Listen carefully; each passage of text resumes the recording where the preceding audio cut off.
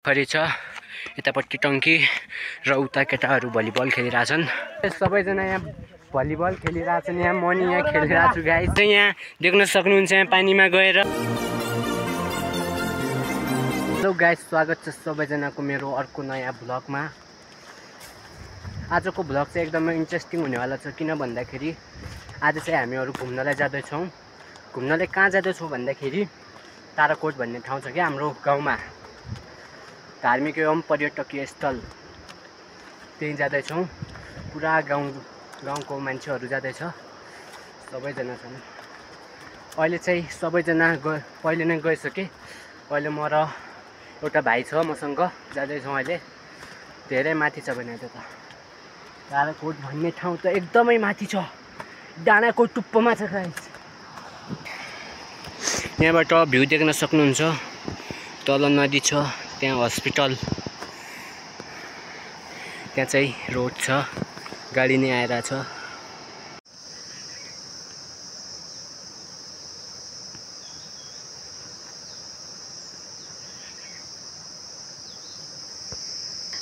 हामीहरूलाई अहिले यहाँ थकाइ भएर यहाँ बसेका छौँ। अहिले आराम गरिरहेका छौँ। हामीहरू अहिले आरामले जाँदैछौँ। अझ त धेरै छ, लगभग अझै हामीलाई दुई घन्टा जति लाग्छ होला। तल हाम्रो घर देख्न सक्नुहुन्छ। कति माथि आएछौँ अहिले हामीहरू। अझ त योभन्दा नि धेरै हिँड्न बाँकी नै छ। अझ त पुरा डाँडाको माथि हो।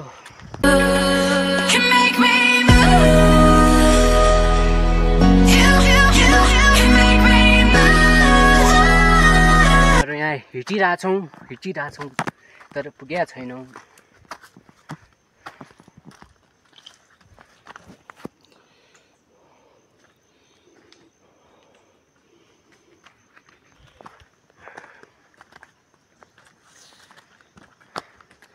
अबको आधा घन्टामा पुग्नेवाला छौँ हामीहरू ताराकोट। सो गाइस, अहिले चाहिँ हामीहरू यहाँ जाँदैछौँ। अहिले मौसम चिसो भएको छ। यहाँबाट तपाईँहरू भ्यू देख्न सक्नुहुन्छ। त्यहाँ छिपुलथान नि देखिरहेको छ यहाँबाट। तर मेरो क्यामेरा क्वालिटी चाहिँ राम्रो छैन है। त्यो डाँडामा हो छिपुलथान। म तपाईँहरूलाई जुम गरेर देखाइदिन्छु। हामीहरू यहाँ पुग्न लागिसक्यौँ 5 मिनटमा।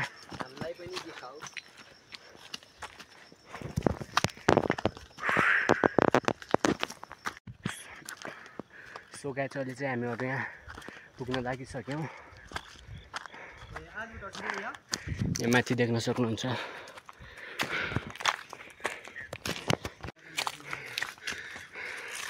पुगिसकेका छौँ गाइस हामीहरू। अहिले चाहिँ यहाँ मान्छेहरू देख्न सक्नुहुन्छ।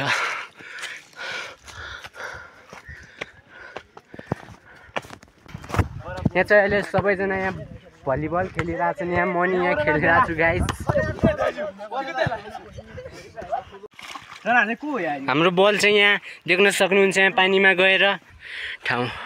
यहाँ चाहिँ पोखरी छ, यतापट्टि टंकी र उता केटाहरू भलिबल खेलिरहेछन्।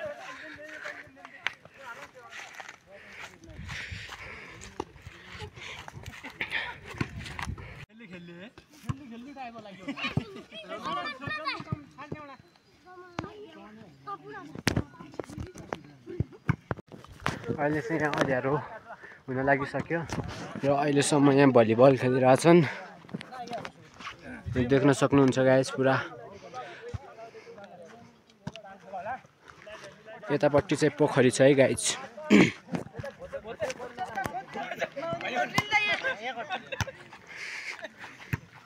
यहाँ दुईवटा पोखरी छ गाइस।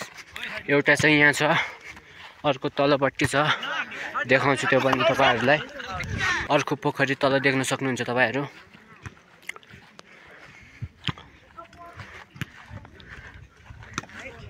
अनि त्यहाँ चाहिँ मान्छेहरू पूजा गरिरहेछन्, केही त गरिरहेछन्।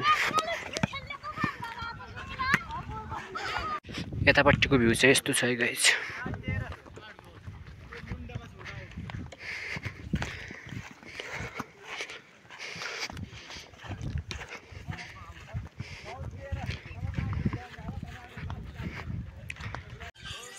सो गाइस अहिले चाहिँ पुरा अँध्यारो भइसकेको छ र हामीहरू यहाँ रुखको मुनि बसेका छौँ।